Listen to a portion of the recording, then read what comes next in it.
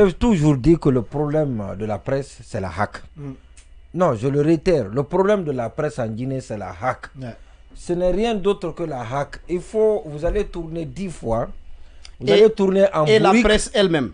Vous allez tourner en bourrique. Voilà. C'est d'abord la hack. Non, il y a la presse elle-même. Ça, c'est autre chose. Il y a des contradictions qui réagissent, qui apparaissent en surface. Et ça, c'est très grave.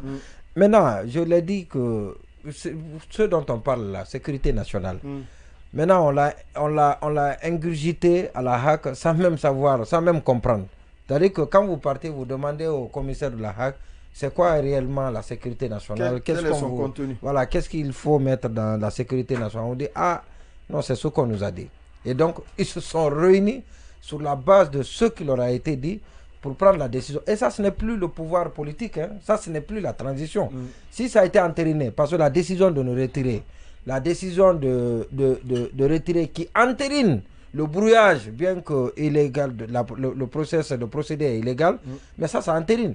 C'est-à-dire à partir du moment où la hack a pris la décision, sur la base de cette accusation qui est formulée là, que c'est pour préserver la sécurité nationale, et donc on peut bien donner raison aussi à ceux qui ont procédé autrement pour brouiller les ondes au nom de la sécurité nationale qui a été entérinée par la hack. D'autant plus que par la hack a écrit plusieurs lettres à l'ARPT qui n'a jamais daigné répondre. Non, la hack s'en fout de ça. La hack s'en fout de tout ça.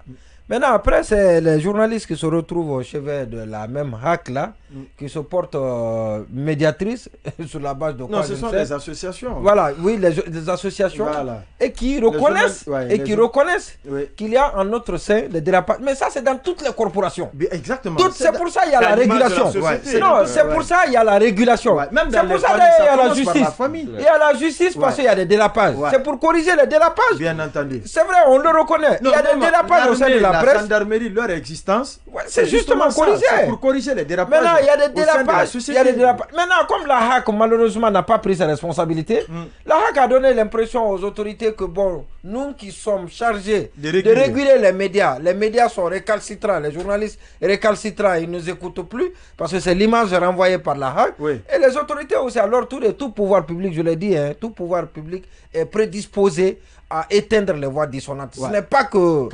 Voilà, c'est plutôt le pouvoir qui arrête le pouvoir. Dans les pays développés, on l'a vu avec Trump. On l'a vu avec Trump aux États-Unis, l'un des plus grands pays de liberté au monde, où Trump a tenté des choses.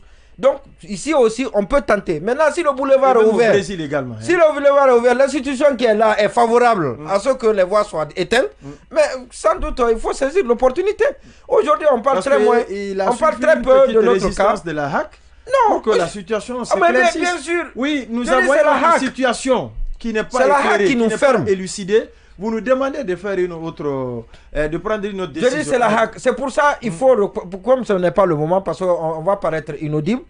Mais quand la vague, la période de turbulence là, ça c'est la vraie période de turbulence. Pour les médias, quand ça va passer, il faut faire face à cette hack là. Si vous dites ça, la période de turbulence risque d'être prolongée. D'accord. On n'a qu'à prolonger. Vous avez une minute, c'est que tu as une minute. Allez-y, Marouane. Moi je pense que